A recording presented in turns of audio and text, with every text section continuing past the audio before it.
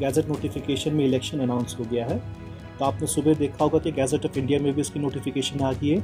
और साथ ही साथ as per ECI rules RO office जो कि DC ऑफिस बारामुल्ला है, इसके तरफ से भी जो फॉर्म 1 होता है, जो कि एक नोटिस होता है in which we invite applications for nomination for election to the House of People Lok Sabha के लिए, वो फॉर्म 1 DC ऑफिस बारामुल्ला से।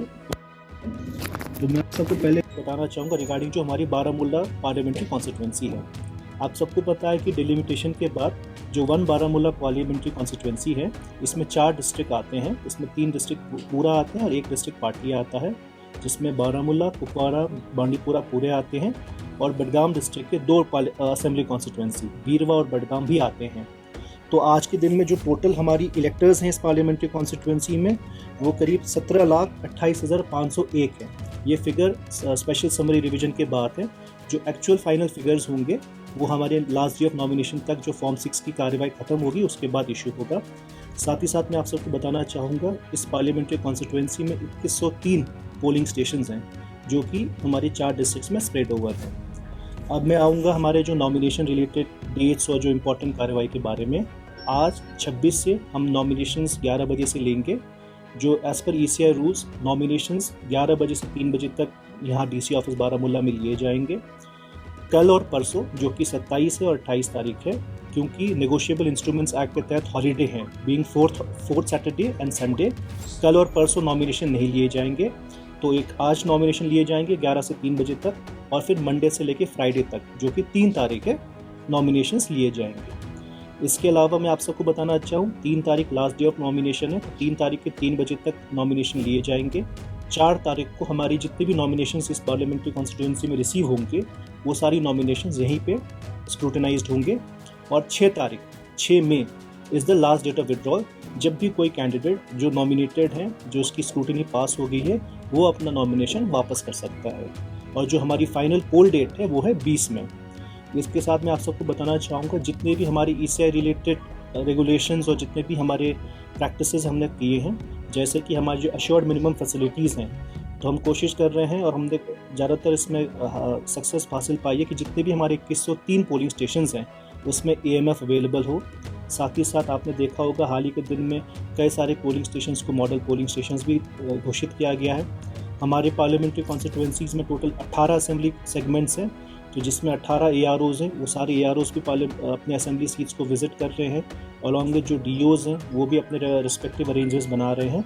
तो हम आशा करते हैं कि as compare to last time जब हमारी 34% टोटल पोलिंग हुई थी पार्लियामेंट्री कॉन्स्टिट्यूंसी में, हम आशा करते हैं कि हमारे जितने भी आपने देखा होगा रेगुलर स्पीड कैंपेन चले चारों डिस्ट्रिक्ट में, तो इससे हमारी जो पोलिंग परसेंटेज होगी और ज़्यादा होगी।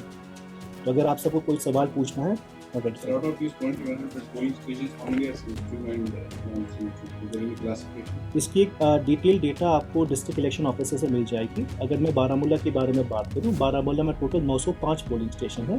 तो हमने सारे 905 इसको इस बार बेसिकली जो सेंसिटिव हाइपर सेंसिटिव की टर्मिनोलॉजी नहीं है, इस बार क्रिटिकल और नॉर्मल पोलिंग स्टेशन है। तो इस साथ सारे 905 हमारे क्रिटिकल पोलिंग स्टेशन हैं डिस्ट्रिक्ट बारामुल्ला में। जो रिमेनिंग के डेटा है वो आपको district election officer Bandipora, Kupwara या बडगाम से भी मिल जाएगा। So do you constituency completely area में it's very different than other places. So what are the challenges? जैसा आपने सही कहा, जो हमारी पार्लियामेंट्री कॉन्स्टिट्यूंसी की बड़ी यूनिकनेस है कि इसमें कई सारे एरियाज़ हैं, स्पेशली जो वैली में जो कि कट ऑफ है। जैसे आपको पता है कि इस पार्लियामेंट्री कॉन्स्टिट्यूंसी में गुरेज भी है और करना तंगधार भी है, तो उसमें चैलेंजेस हैं। तो इसी चैलेंजेस को मीट आउट करने के लिए ऑलरेडी DC बांडीपुरा और DC कुपवाड़ा ने स्पेशल अरेंजमेंट्स किए हैं, जिसमें कि अरेंजमेंट्स इवन कि अगर दोनों आपके साधना पास और राजदान पास कट ऑफ भी हो जाएं, तो वहाँ पे इतना भी अरेंजमेंट किए हैं कि जो काउंटिंग हो वहीं पे होगी। इवन कि जो अगर पासेस अवेलेबल ना हो तो उसके लिए हेलीकॉप्टर सॉर्टीज़ की भी बुकिंग की गई है with Indian air force, so that कि पोलिंग पार्टीज वहाँ पे पहुँच सकें।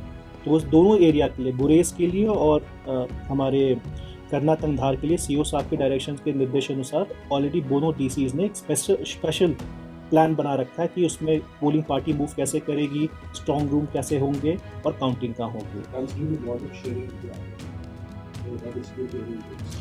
अगेन जैसे इसमें भी बड़ी यूनिकनेस है कि हमारे स्पेशली 2 डिस्ट्रिक्ट्स में, कुपवाड़ा और बारामुल्ला में, कई सारे पोलिंग स्टेशन ऐसे हैं जो हमारी फेंस के आगे हैं।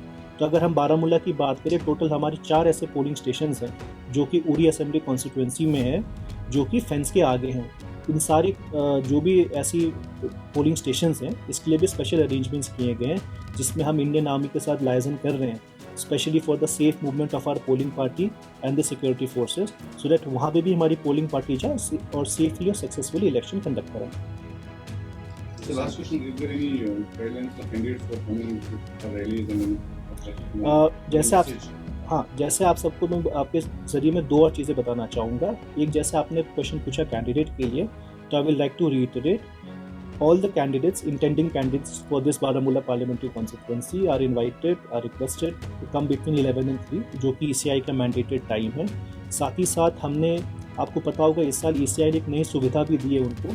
हमारी एक सुविधा ऐप है, एक पोर्टल है ऑनलाइन, जिसमें कैंडिडेट जो अपना फॉर्म 26 होता है वो ऑनलाइन भर सकता है। तो मैं स्लाइटली ब्रीफली आपको थोड़ा कैंडिडेट के नॉमिनेशन प्रोसीजर के बारे में भी बताना चाहूँगा।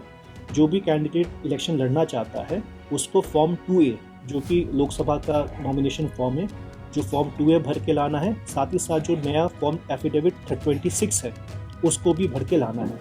साथ ही साथ उसको एक बैंक अकाउंट पहले से बनाना है, जिसमें वो अपनी जितनी भी इलेक्शन में खर्चा करेगा वो डिटेल देना है। साथ ही साथ हमारे पास काफ़ी सारे डिटेल सेट्स ऑफ पेपर, जैसे फोटोग्राफ हो गया, स्पेसिमेन सिग्नेचर है, वो यहाँ पे लाएगा और आर वो आगे सबमिट करेगा। तो मेरी बस उनसे यही हिदायत रहेगी कि जो भी लेटेस्ट गाइडलाइंस हैं, लेटेस्ट फॉर्म्स हैं, उसको देख लें। हमने सारे पॉलिटिकल पार्टीज़ के साथ पिछले हफ्ते भी एक मीटिंग भी की थी, ट्रेनिंग सेशन भी रखा था, जिसमें हमने इसके बारे में सेंसिटाइजेशन भी की है कि कौन कौन से फॉर्म्स है, कैसे भरना है उनको, सो दैट किसी का भी फॉर्म टेक्निकल रीज़न से रिजेक्ट ना हो जाए, सो दैट